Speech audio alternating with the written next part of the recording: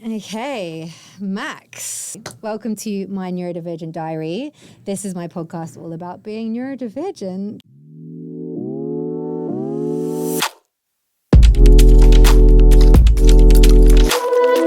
Amazing. Thank you for having me. Thank you so much for coming on. Thank you. So if you guys don't know about Max, Max is a content creator. Yeah. That's me. Yeah. That is you. One of them ones.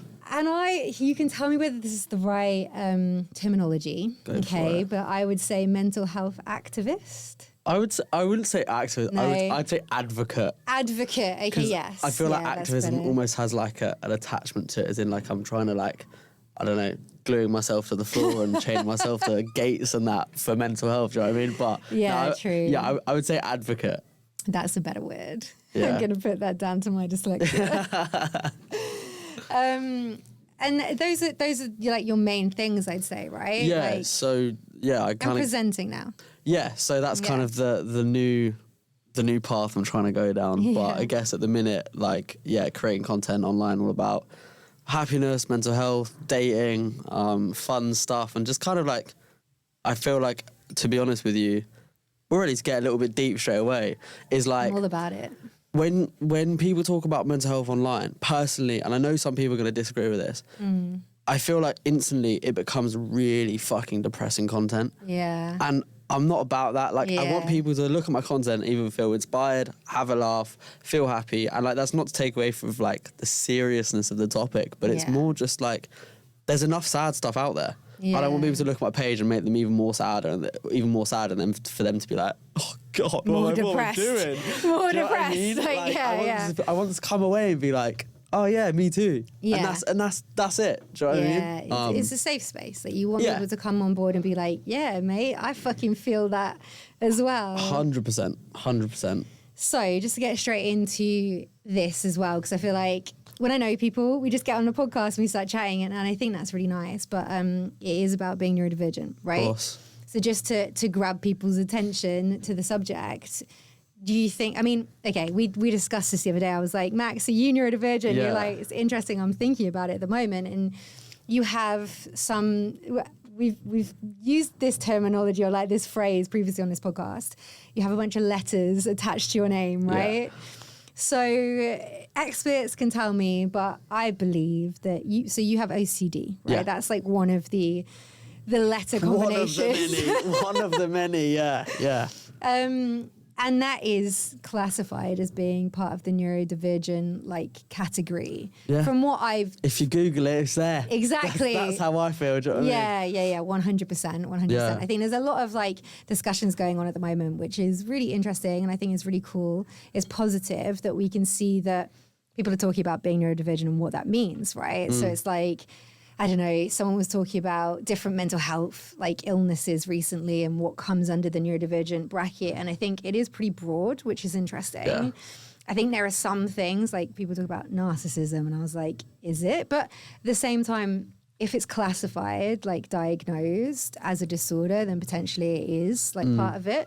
So yeah, it's really quite varied. Yeah. So I think you are. I mean, you are. I'm just going to say you are. Yeah, and that's the thing is like, so like my kind of journey with it all realistically with kind of like the whole neurodivergence was, I'd never really even thought I was, first of all. But to be honest, when I first started kind of getting ill, I didn't even realise mental health was a thing, do you know what I mean? I was just kind of like, I was part of the problem of like, you'll be all right, Yeah. stop crying. Like, do you know what I mean? Whereas like when I actually got bad and stuff and like kind of, you know, very recently, in the last 6 months, had conversations with my therapist I've had for the last 5 years, where she was like, I basically kind of approached it myself. I was like, do you think I'm maybe on the autism spectrum? Because there are qualities in me that, you know, that you hear about, you know, I can't stand change, certain social cues I don't get, like certain things like that. And I was like, am I? And she was like, well, I'm not qualified to tell you are, but, you know, there are things that do point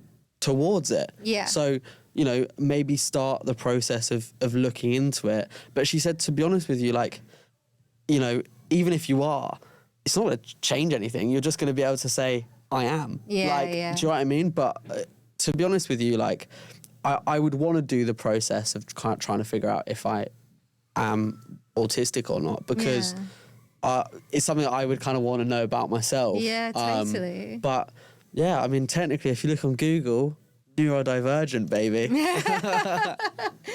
How do you think anything like knowing that would have affected you in school? Did you have a hard time in school, or did you excel in school? What's your... I hated school. Yeah. I wasn't good in school. Okay. I was the type of kid who I was never like I was a little bit naughty, but I was never like a troublemaker. Yeah. I was always kind of the one, not sat at the back doing nothing, but I was the one kind of in the middle chatting to his mates and not really listening to things. And when teachers would say to me, and it wasn't that I didn't work at school. That's the thing, is a lot of people think I actually didn't do anything, but realistically, I did try and do well, but it's just academically, I'm actually not that smart. Like creatively and, you know, emotionally and personally, whatever. Like, I'm not to sound big-headed, but I'm not dumb. Do you know what I mean? Yeah, you're not stupid. I'm not a stupid person. But then school made me feel stupid because they'd be like, "Oh, Max, next time you need to try harder."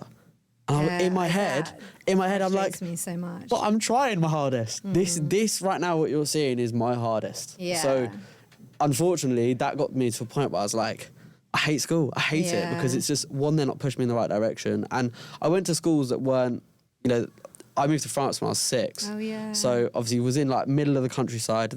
Countryside school was great because I was well young. I was 6 years old, had the best time. But then when it got to like 14, I went to a school that didn't really get what I wanted to do. I wanted to be creative. I wanted to make films. I wanted to, you know, do all of this stuff. And they were just kind of like smashing out lawyers, doctors, like those type, which is nothing wrong with it. Absolutely. If that's what you want to do, sound awesome. Yeah. But just wasn't for me. That's not the type of role that I wanted to take in my life. So, you know. Wait, were you being taught in English or French? French. Yeah, so fully French. You're completely bilingual, right? Oui, baguette. My French is so bad right now. Do you know, it used to be good when I was a kid. I was really good at speaking French, but then I spent 6 months in France where everyone refused to speak fucking French to me. There you go. As soon as they heard I was English and I was like attempting to speak French, they just stopped the French conversation, would start the English conversation. Yeah.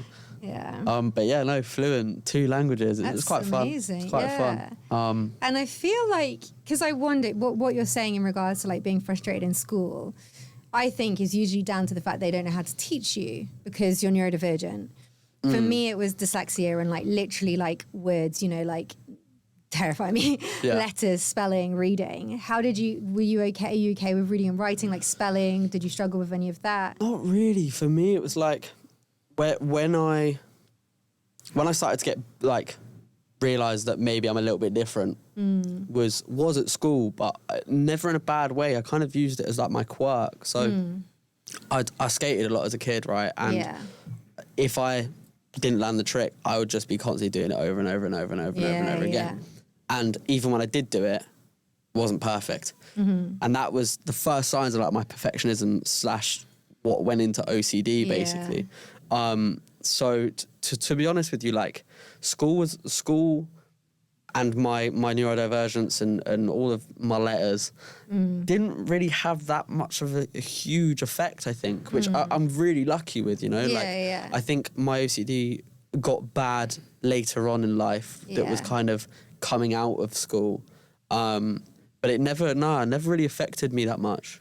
So like when teachers were saying to you, you know, you need to try harder, like you weren't excelling or whatever in school, they didn't think that your like classwork was up to scratch. It wasn't like because your spelling was bad or things like that necessarily. It was just like they just didn't think that you were maybe grasping it. They just thought I wasn't understanding it.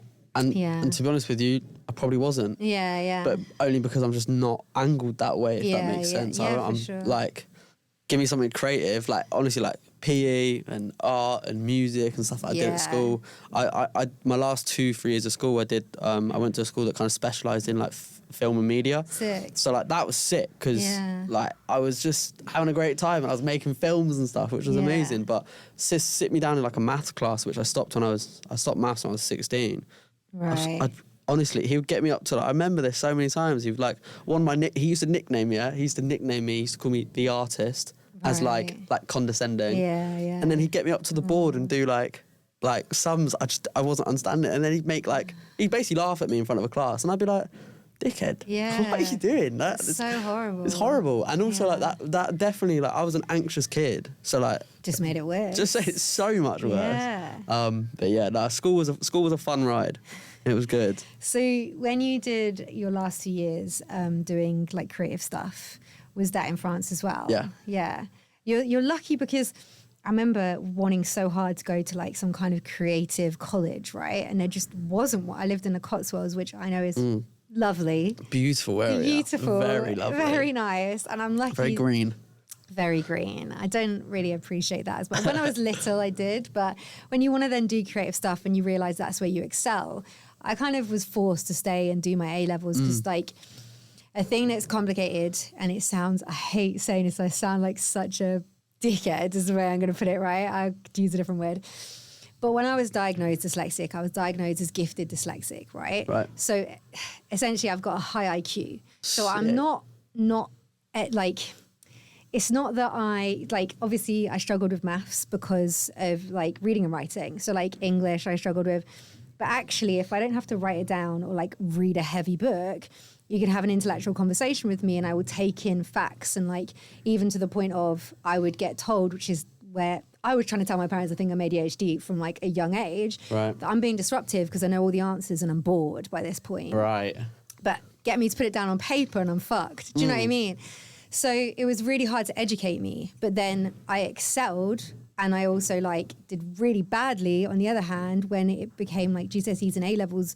GCSEs I got through, but I was basically ill by the end of it. I had to focus so hard because of the reading and the writing.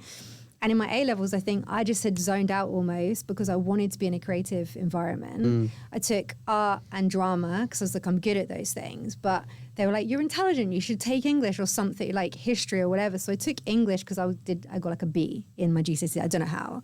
Had a good teacher. And then I got a D, E. And the reason I got D in drama was all the written stuff and all the reading. Right. Had to like read a book a week, and I'm like, takes me a month. And I have to be so focused. Well, I've only read like 2 books in my entire life. Yeah. Let alone, do you know what I mean? Couldn't do that in a week. Yeah, exactly. I was trying to listen to the audio books. Like, it was just fucking hard, to be honest with you. And it made me feel shit. Like you're saying, like, you know, you just end up feeling like, well, I'm just a bit stupid then. And then the confusing thing was everyone tells me I'm really clever, you know? Yeah. So I can relate to that. And I think everyone that's neurodivergent, like there's different reasons, there's different things that you struggle with, but like we just don't fit society. Yeah. And I think it kind of takes it back to that old saying is like you can't judge a fish by its ability to climb. Yeah, that's like, so true. Like, that's the thing. I kind of feel like school to like encompass my school life and what sounds like to be yours as well is that sentence. Yeah, like, so true. Like people are telling you need to kind of be, and it sounds so like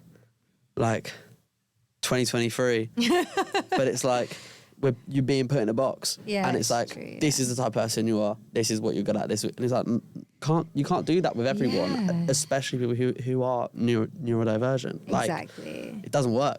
Do you know what was interesting as well? I didn't know that word at all until like fairly recently. Like I've been very lucky that I knew I was dyslexic since I was 6. Like my parents really advocated to get me support, and like I was saying earlier in another podcast that like, you know, that's where they spent all their money, which I really appreciate, you know. It was frustrating because I didn't really understand it as a kid. I changed schools a lot and that was frustrating, as you can imagine. Like you meet, it's why I'm so good at talking now, I think. Yeah. Had to make friends so many times, you know.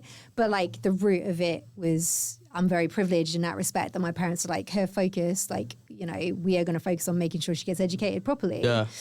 But I didn't know the word neurodivergent. Like I knew I was dyslexic, and that was still like, I had to leave a school because they refused to believe that existed. So it's so mad how far it's come. Do you know what I mean? That we're all talking about this, and like, you know, you weren't diagnosed like dyslexic or like ADHD or anything like that when you were at school. But now we're all looking into this like neurodivergent thing that is so like, it's, you know, so many of us have, but we never fucking knew existed before, right? Yeah, like I actually remember the first time I heard the word neurodivergent, and a mate of mine said it, and I thought it was just some slang term he made up. Right. Honestly, it's a weird word. Hand on my heart. Literally, he was like, yeah, maybe you're just neurodivergent, and I was like, that's a sick word. he was like, yeah, I'm just different mentally. Do you know what I mean? I was like, yeah, man. But then he was like, what are you doing? And I was like, what? He was like, no, that's an actual thing. And then I looked it up and I was like, oh shit, okay, that makes sense now. Yeah. But yeah, I literally thought it was just some like slang term. Idiot. Some new thing. This is what I mean by like, I'm stupid but not stupid. Do you know what I mean? No, I get you. I think that's endearing. I'll take that. It's true. Like I have one of my friends, she's dyslexic, and I'm going to have her on a podcast at some point, and she is the most beautiful human in the world and like so fucking clever when it comes to like certain creative things. Like TikTok, she's the queen. Like she does stuff and I will literally text her like, that is so clever. Like, how did you think to do it? And she's like, oh my God, babe, that means so much.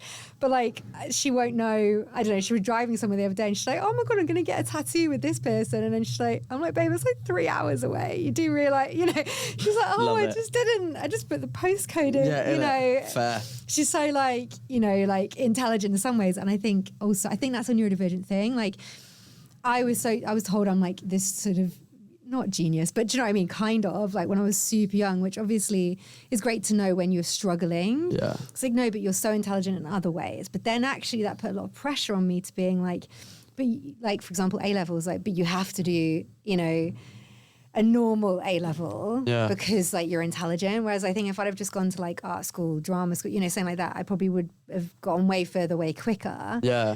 So it's just school is fucked. Isn't it? Well, I mean, like, funny enough, you said that because like the school that I went to before I ended up going to kind of like that specialist like media school. Yeah. Was I basically kind of I essentially told my parents I was changing school. They didn't suggest it to me or anything. I kind of just got home and I was like, I don't like it here. I want to go here because I know I'll do better.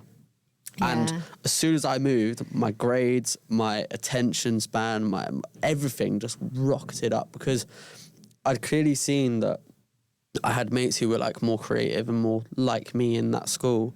And there wasn't really many other people, not to sound wanky, but like me. I just felt a bit kind of like another one out in a little bit. Yeah, totally. And then when I got to this new place, I just felt way more understood and people were just kind of like, just more familiar, if that makes sense. Totally. And that we would talk about literature and talk about like mental health. Like the first start of conversations I would have with teachers, they would honestly ask me how I was. Really? Whereas teachers before, they'd be like, Max, you need to pay attention more. You need to work harder. And I'd be like, I am working hard. This is just not a bit of me. Yeah. I hate school. Yeah. I'm sorry. I'm not going to learn this because it's just not going in.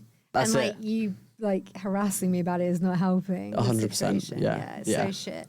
It's interesting you say that because I did my A-levels and then I took a gap year. I was not one of those people, but I just took a gap year. Like, I fucking hate that. But I didn't travel or anything. Like, I mean, I went to France for a bit, but that wasn't like I was being creative. So basically I wanted to go to do something creative in uni and I was like, I think I want to do fashion. Mm. And in my A-levels, I hadn't taken a fashion module or anything. So I was like, shit, I have to create a portfolio in order to get in. So that's kind of what I was doing. I was like making stuff, doing photo shoots, like trying to create a portfolio. And I was doing music on the side for a bit of fun. And long story short, I ended up going to Paris to do with music. Cool. I was kind of discovered. It was very random. But anyway, then I went to uni in Manchester. Mm. It was like, at the time, top 3 in the country to go to fashion school. So I went there, hated it. I was only there my mum seemed to think I was there for like a week. I was there for a couple of months.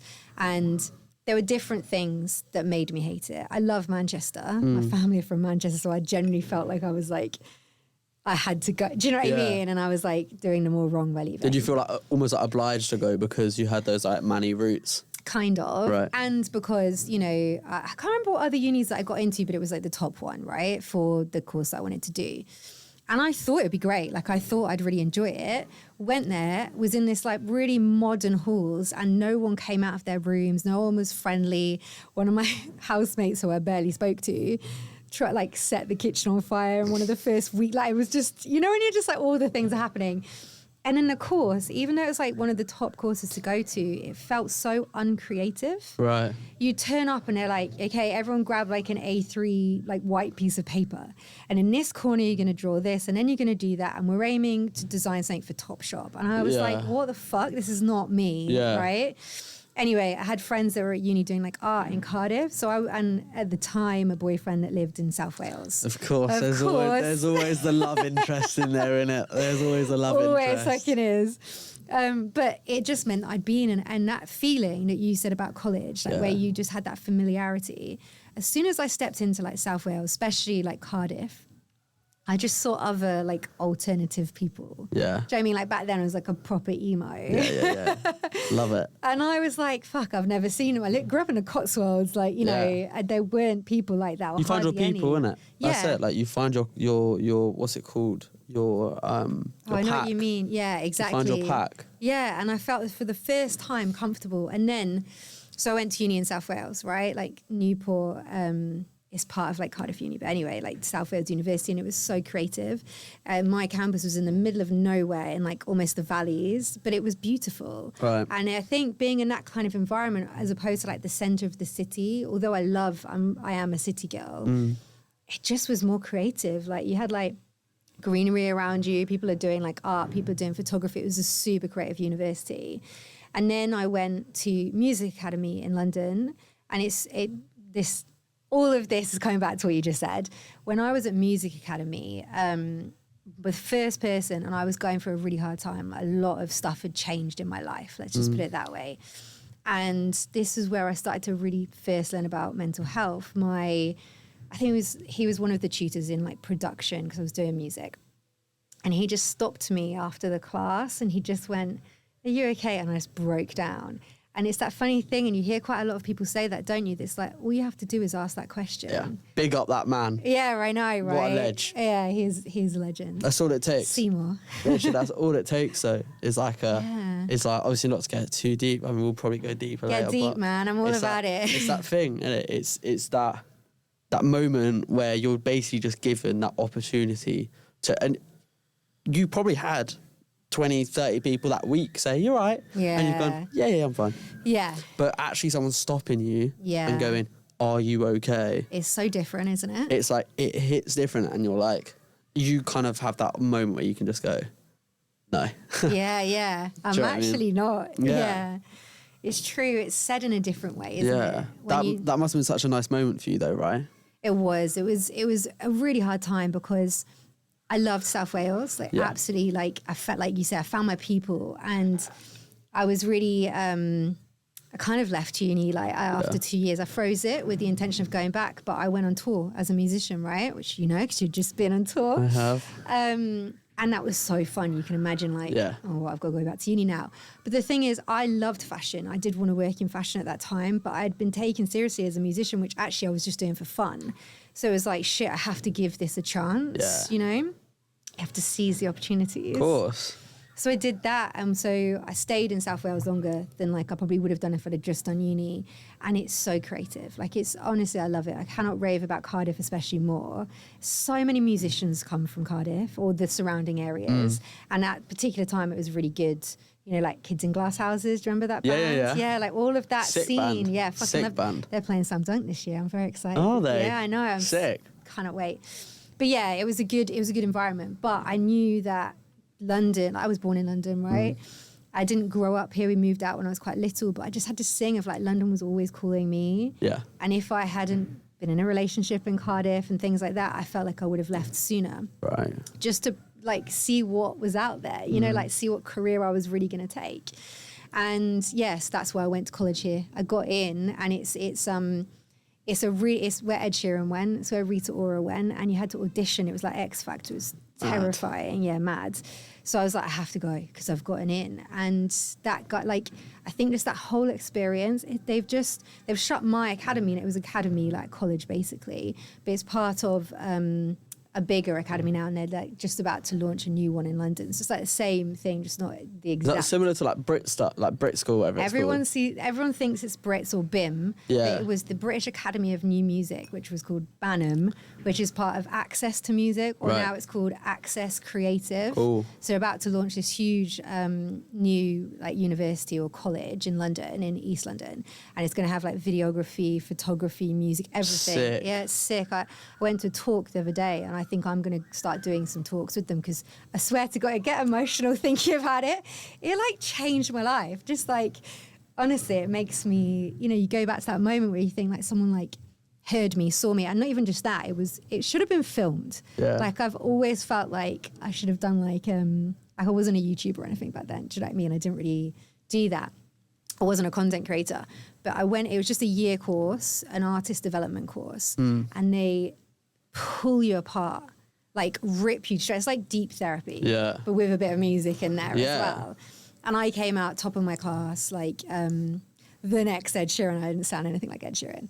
And anyway, long story short, music industry shit, and I became a fashion stylist. But the course, like that whole thing of feeling like you find people, someone like giving a fuck about you, asking those questions, changes your life. I feel like especially when you, like growing up, I feel like obviously when you're neurodivergent, kind of, I think there's that thing as well of you kind of spend a lot of your life kind of, not in the term of like, I'm just so misunderstood, but like you kind of feel a bit like people don't get me, like they don't understand what my brain's trying to think. And I spent a lot of my childhood kind of in silence because it's no fault to my parents or my family or my friends or whatever. It's just I thought I was weird. I thought I was a weird kid. And then when people actually kind of started to allow me to kind of say what was going on in my head, I was like, shit, people do understand.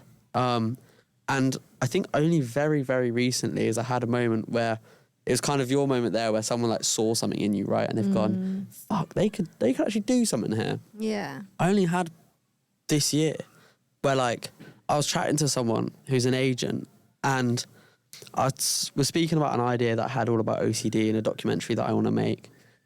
And just the reaction of her, she was like, look, like the mental health thing, like it's kind of been done, like to be brutally honest. Yeah.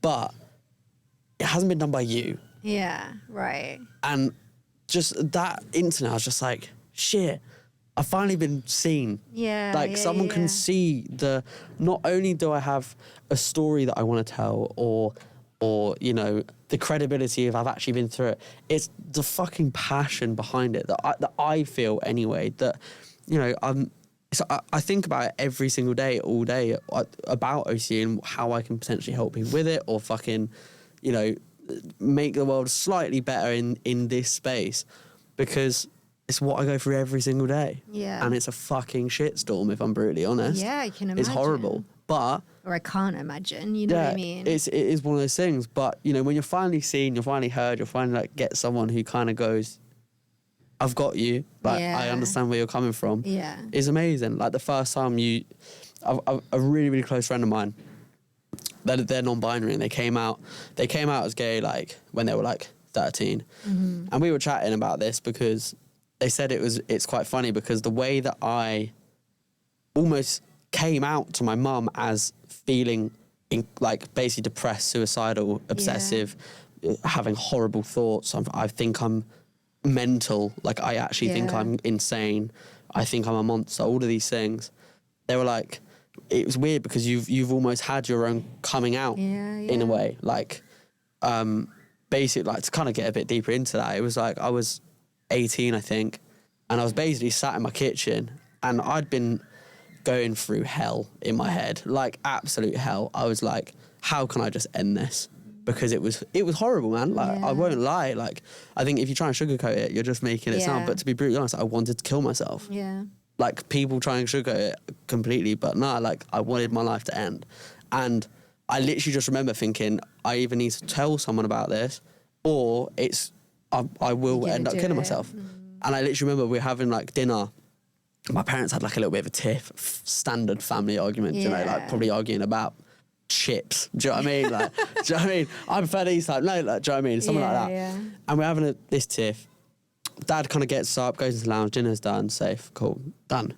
And I was just sat there and I just felt this like heat in my chest. And I was like, oh, I'm having a panic attack. And I'd never had one in front of anyone.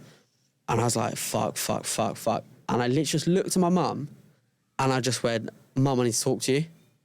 And that was it.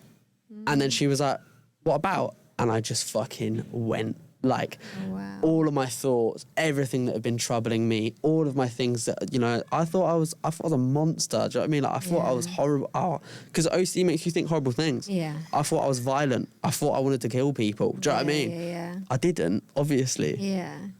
Intrusive thoughts. Yeah. Yeah. But, you know, I got to a point where, and then obviously that evening was just tears and tears and tears from all of us because, you know, why didn't you tell us before? I couldn't tell you before. Like, do you know what I mean? Like, all these things. And it's, you know, that moment was my coming out moment. That was the moment where I went from, you know, borderline suicidal, well, actually suicidal, to, you know, actually starting to get better. And it's been that journey. So I'm 26 now. So that was, see, this is where my maths go bad. 6, 7, 8 years.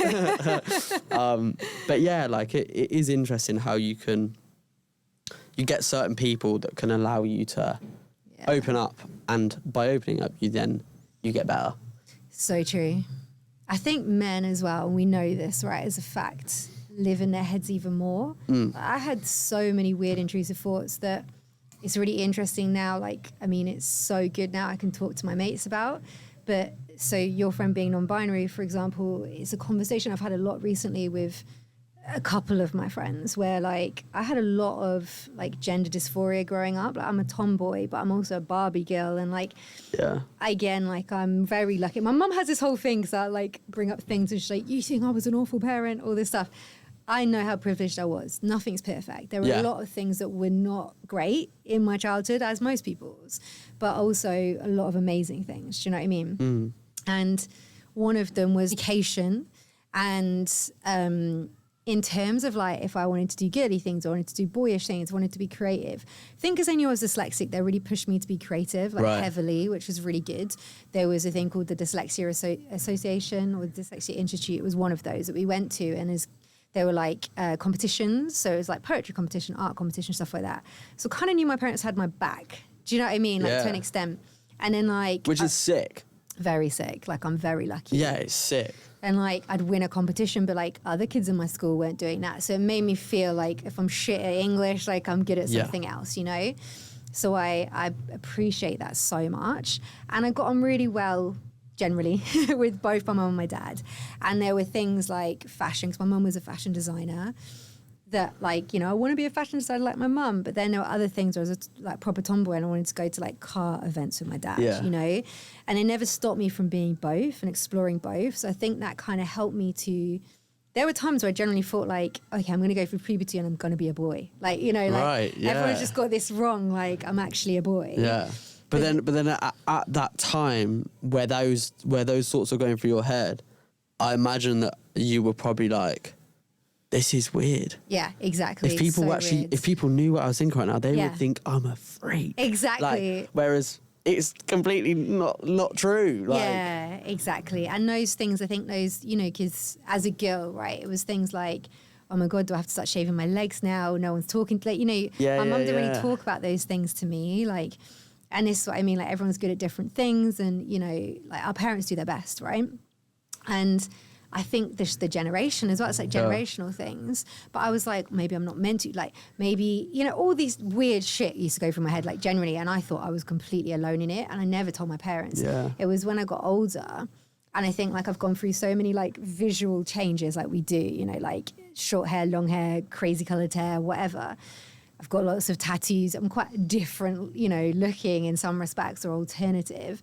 So my mum, you know, she's very cool, I think because my parents were in fashion with like, you know, if you're gay, it's all right. Yeah. That kind of stuff was like, even to the point of like, you know, actually it'd be quite cool if you were gay. I'm like, well, I'm sorry, Mum, I'm actually straight. Yeah, you know? Unfortunately, I'm not. Yeah.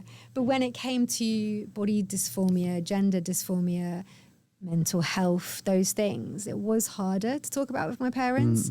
And yeah, I totally relate with feeling like, am I just a fucking freak? Yeah. You know? But do you think that like it was harder to talk about the mental health stuff and stuff like that purely because it just wasn't really a thing?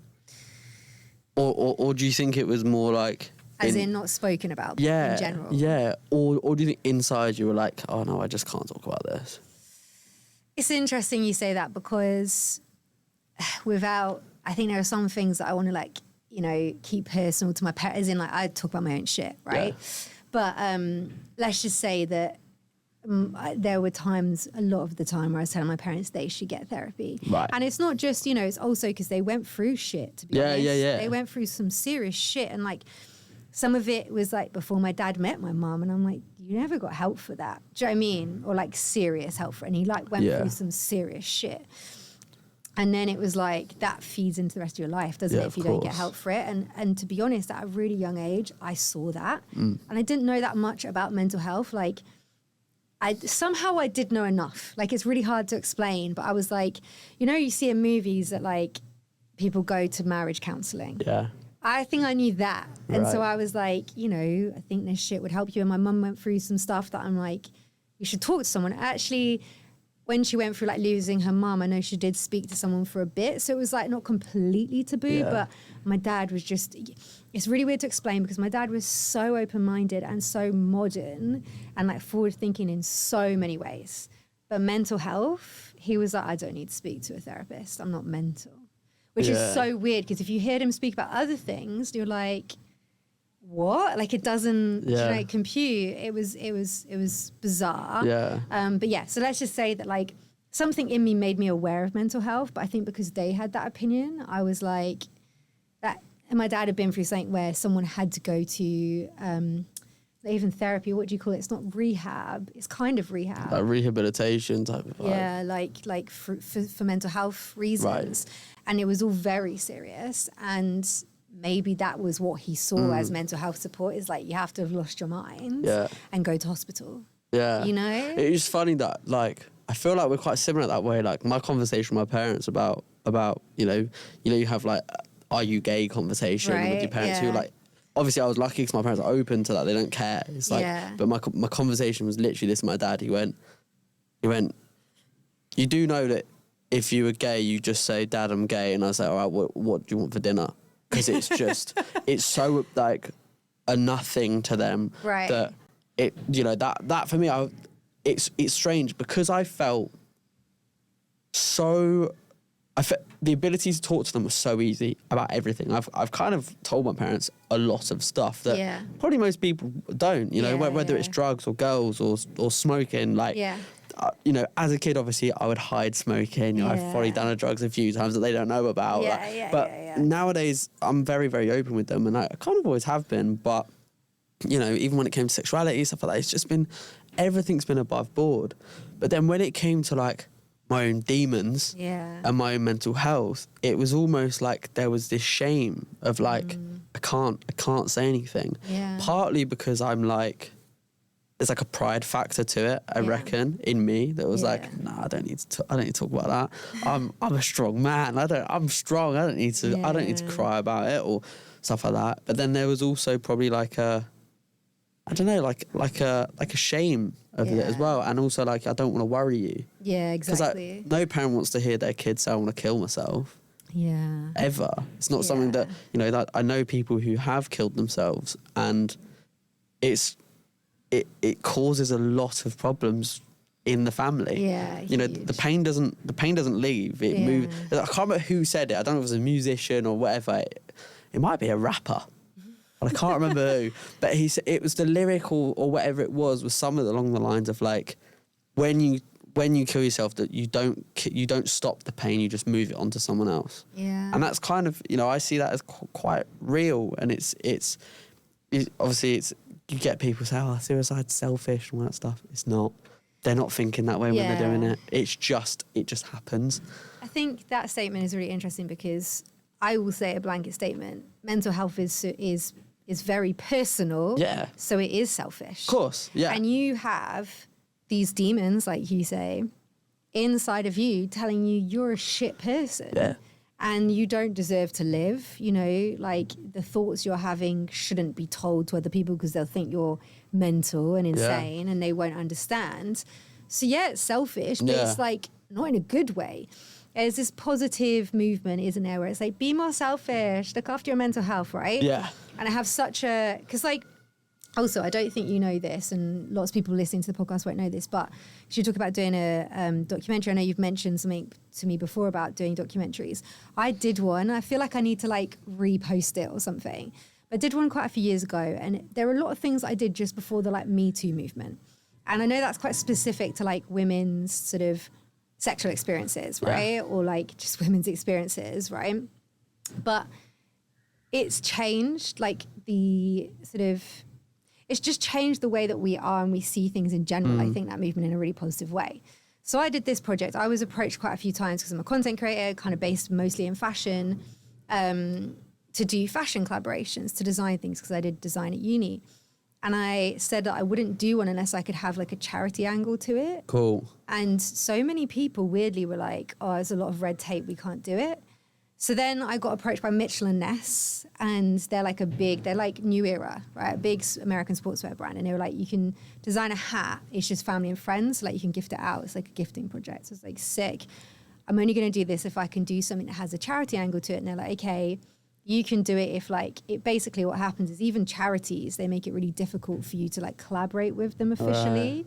So I was like, okay, well what we'll do is like, you can just donate. So like, we'll do a raffle of a couple of the hats, and then that money will go directly to like a charity. No one can stop you from doing that, if that makes sense. Like obviously, unless you're not doing something negative, but you don't have to like officially collaborate with them. So in order to tie it in, I made a documentary, a 3-part series. And the project, it wasn't just about mental health. It was about subjects that people have, like conditions that people have that you can't see and they're not visual. Right. So at this time, I didn't know the word neurodivergent, but basically it was neurodivergent stuff and mental health stuff and physical stuff that's not visible, right? So like, it's quite a big subject to me because both my parents had like illnesses. Like my mum has fibromyalgia, you can't see it. Yeah. And then I have dyslexia, you can't see it. And I don't think I'd like come out, shall we say, properly to my parents as being like depressed or having like mental health issues. Like they knew I was a difficult kid. I was an angry kid, a frustrated kid, all this kind of shit. Basically came out on camera in this documentary. And it's so weird because this was, I need to look, but like 5 or 6 years ago, maybe longer, like, you know, quite a while ago. And I think since then, like, honestly, since I did that documentary, it's not because of it, but I mean, like, because, you know, 1,000 people saw it on YouTube, more than that, but not that many people saw it on a wider scale of things. People have talked about mental health a lot more on social media since then. Yeah. When I came out, the first video of this documentary was just me introducing myself and the project. It was called The Lucky Project and how I've created my own luck in life, right? And it was following me around for the day as a fashion stylist and a content creator. So it was like, I'm Kitty. The Lucky Project is about how I've created my own luck because I have things that people can't see that are hard for me. Like dyslexia, like depression, like anxiety, like endometriosis, which is like a physical thing that you can't see that I have. And I remember I asked a few PR companies, can we come and film for the day? Like, I'm going to pull some clothes for a shoot, but I'll have like a crew with me. And they were like, okay, yeah, no worries. They watched it and I walked back in. This was fucking weird. Walked back into one of those PR companies like a week after it came out. And they were like, I didn't think, I never know that you'd have mental health problems. It was such a taboo. It was still such, and it made me feel like I was like, I just need to take this, like they don't mean it in a negative way, but the way that this one PR lady said it to me, it was like, you think I'm insane now? Do you know what I mean? It is, you can't take it that way though. Of course. When people are like, oh my God, I didn't know you were fucking weird. Yeah. That's how it feels, isn't it? Yeah. And it's like, nah, like, I just get sad a bit. Yeah, exactly. I mean? Yeah. I just get a bit sad sometimes. I want to kill myself. But you have to laugh about it. Yeah, but it's not like you do get that kind of reaction sometimes where it is the really? Yeah. What? And it's 9 times out of 10 they don't mean. People don't mean it in a bad way. Yeah, you get the occasional person, don't get me wrong, who will go, really? Yeah. And then you'll go, okay, cool, you're out of my circle. Exactly. Absolutely fine. But like, I've had that a lot with OCD. Like, oh, I can imagine. When I've told people about my intrusive thoughts before, and some reactions that I've had is what the fuck? Yeah. And I'm like, no, you don't get it. And it's I don't actually. And I'm like backtracking myself. And it's like, luckily I'm not someone who's had, some of the worst intrusive thoughts. I know of people who, obviously I'm not going to say who they are, but I know of people who have very very sexual intrusive thoughts. Yeah. I know people who have intrusive thoughts that they're paedophiles. Yeah. And they're not. They know they're not. It's just this fucked up. I know what you mean. Absolutely not. Of course they're not. They would never even do that in their life. If Yeah. anything, the fact that they think about that even says even more so they're not. Yeah. Because they're freaking out about it every day. And, you know, you get... They're basically telling me that they were sat down with someone and they were like... that person had read something about an intrusive thought or whatever, and they basically just said like, yeah, but to be fair, like, I thought I was a paedophile for 6 months, and their reaction it was not okay. was, what? Yeah. And he's like, no, like, you don't get it, like, and they're like, oh my god, no, that, but wait, you actually want, and all of a sudden, their view went from their mate being a normal person who occasionally has an intrusive thought to my mate's a nonce, when it's so not. Do you know what I mean? And this is where like the taboo of OCD it really, really goes deeper. It's like, you know, I've had pretty violent intrusive thoughts, you know, like pushing people in front of the tube, and you know, most people have these thoughts. Most people. True. How many times have you heard someone go, I always think about pushing someone off a stage, like in front of a train, as like, oh, it's so me. But the thing is though, is that like, because I have OCD, I obsess about it. So now, you know, every time I see someone on a station, it's the first thing that pops into my head. Because I have the tools now to just suppress it or not worry about it, I'm like, cool. But the thing is though, is that, you know, someone who doesn't understand what OCD is feels that shame, but then also is having these thoughts. That's the perfect recipe for someone to feel like they are a monster. 100%. Which I thought I was. Yeah. You know, you get intrusive thoughts of picking up a knife and stabbing someone. Yeah. It doesn't mean you're gonna. But the thing is, though, is that with all those perfect mix, like I just said, I thought I wanted to kill people. Yeah. I'm the least violent person I know. Do you know what I mean? Like I think that's what people don't get, isn't it? Yeah. So they think. So I don't. Tell me if I'm wrong. I think probably the best way to explain to somebody that doesn't understand it would be that a serial killer will spend weeks, months planning how to kill someone. Right. Stalking someone, buying the tools, doing things, right? Whereas someone with OCD that has those thoughts, basically you only have them because like you've heard of it. Do you get what I mean? And then it's in your head and you can't stop thinking about the fact that, oh my God, what if I'm an awful person? What if I want to do those things? But you're not sat there going, how do I kill, you know, Googling. Absolutely. Do you know what I mean? The difference is that you're basically obsessed with the fact that you think oh my God, what if I wake up one day and I want to kill people? Yeah. But it's not actually what you want to do. No. It becomes an obsessive, intrusive thought, but it's not something, it's not a fetish. It's not a, do you get what I mean? And it's not something you desire. That's the thing. Yeah, it's actually the opposite. Yeah, it's completely the opposite. It's something that causes you anxiety. It causes you pain. Yeah. Like I had this thing where probably for like a year, every time I would hear a siren, I'd think it was for me. And I would shit myself. You had no reason. No reason whatsoever. Yeah. Like, do you know what I mean? Like, the most illegal thing I've probably done in my life is just take drugs. Do you know what I mean? Like, it's not that deep. Probably just shouldn't put that in. No, who gives a fuck, you know? Like, let's be honest. Yeah. I think most people have taken a drug. Yeah, innit? But I think the thing is, though, is that, like, you get that there's a lot of stigma surrounding OCD. Mental health in general, of course. But I think when it comes to OCD, it's like, it almost feels on like another level. And like what a lot of people don't know, like OCD is in the top 20 most debilitating diseases in general, not just mental, in general.